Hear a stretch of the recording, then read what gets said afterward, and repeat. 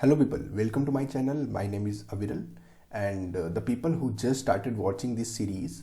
So here I'm just going to discuss each and every rule from the book Signal and Power Integrity Simplified by Eric Bogatin. And if you want to purchase this book, you can simply go to the Amazon and you can either purchase the Kindle or hardcover edition from there. Link is in the description.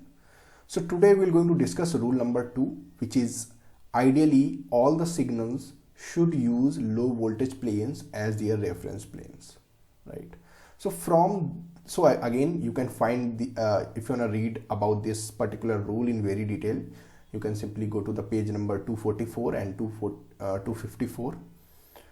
So from this particular rule, there are few questions that we can ask to ourselves to understand it in more detail.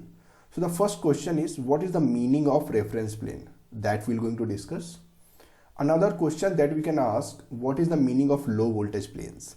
Like what are the low voltage planes that we use in our stack up during the PCB design? Another question that we can ask, okay, so in case, let's suppose we are not using any low voltage plane next to signal, then what will happen?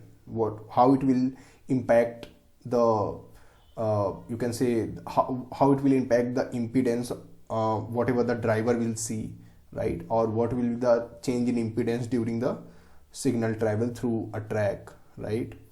So we're going to discuss these three questions in very detail in this video.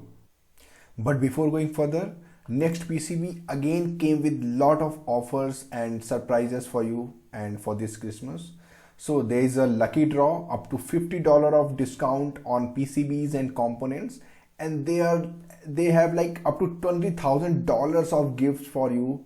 And if you order your PCB from NextPCB, so just quickly register yourself on their website and just upload your Gerbers, check for all the DFMs, whatever you want to check, right?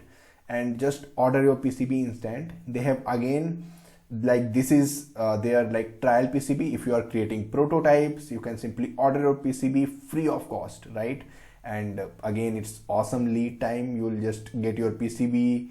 It is shipped within 24 hours, right? So it is really awesome if you are creating prototype for your product or for your company. So there is a huge discount going on. So quickly guys, just grab this opportunity. Register yourself right now on nextpcb.com. So we can start with first two questions in the next slide. So let's open the slide. And here the first question is, what is the meaning of reference plane?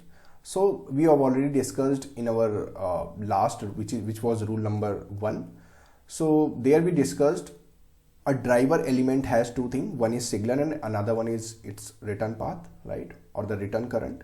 So the signal current flow like this, and through capacitive coupling between the signal and its return plane, the current started flowing back to the driver, right? Through these capacitor array, right? So we can say the reference plane is the plane where our return current is flowing back to driver. That's it. This is the definition of reference plane. Okay. Another question was, what is the meaning of low voltage plane? So again, what are the low voltage that we use in our PCB design? That was either digital ground, analog ground, radio frequency ground, like that, right? So these are all low voltage planes. So it would be good idea if we place a low voltage plane next to signal, so return current will be directly flowing to the low voltage plane and then directly to the driver instead of circulating through multiple planes like that, right? Now the problem is, what if, so as from this question we'll understand it in more detail. So what if there is another random plane next to the signal instead of low voltage plane? So as you can see on the image number 1, I have placed a plane which is number 2, and number 1 is our signal, number 3 is the return plane, right? Or the low voltage plane. So here you can see from the image number 2, the current will flow like this, right? And because of that current flow, you can see the extra amount of impedance will add because this will be in series, right? The current is flowing like this. So it will see another series impedance which will be added on the track, right? So the first impedance will be, so driver will see the first impedance will be Z1 and 2, whatever the impedance is between 1 and 2, okay? And another impedance which will add up on this one is the impedance between plane 2 and plane 3, right? And this is what happened. The driver will see a extra impedance on the line, okay? So the Z driver will be is equal to Z1, which is our signal, and between the 2, which was our a random plane, and plus Z2 and 3, the impedance between layer 2 and layer 3, right? So now like what we have introduced that, and we have to do that sometimes to to manage or to design a PCB. We have to do that. So if we did this thing, how we can solve or how we can minimize the Z2 and 3, right? Because we can't, because that will be the actual impedance which will be dominating, Z12, right? We have to minimize the Z23. And how we can do that? Let's go back to our slide number 1, and here you can see we can do that by minimizing the gap between plane number 2 and plane number 3. Okay, if we minimize, or if we make the height is very thin between layer 2 and layer 3, then the impedance between layer 2 and layer 3 will be minimized, and Z driver will see Z12, which will be our actual impedance, right?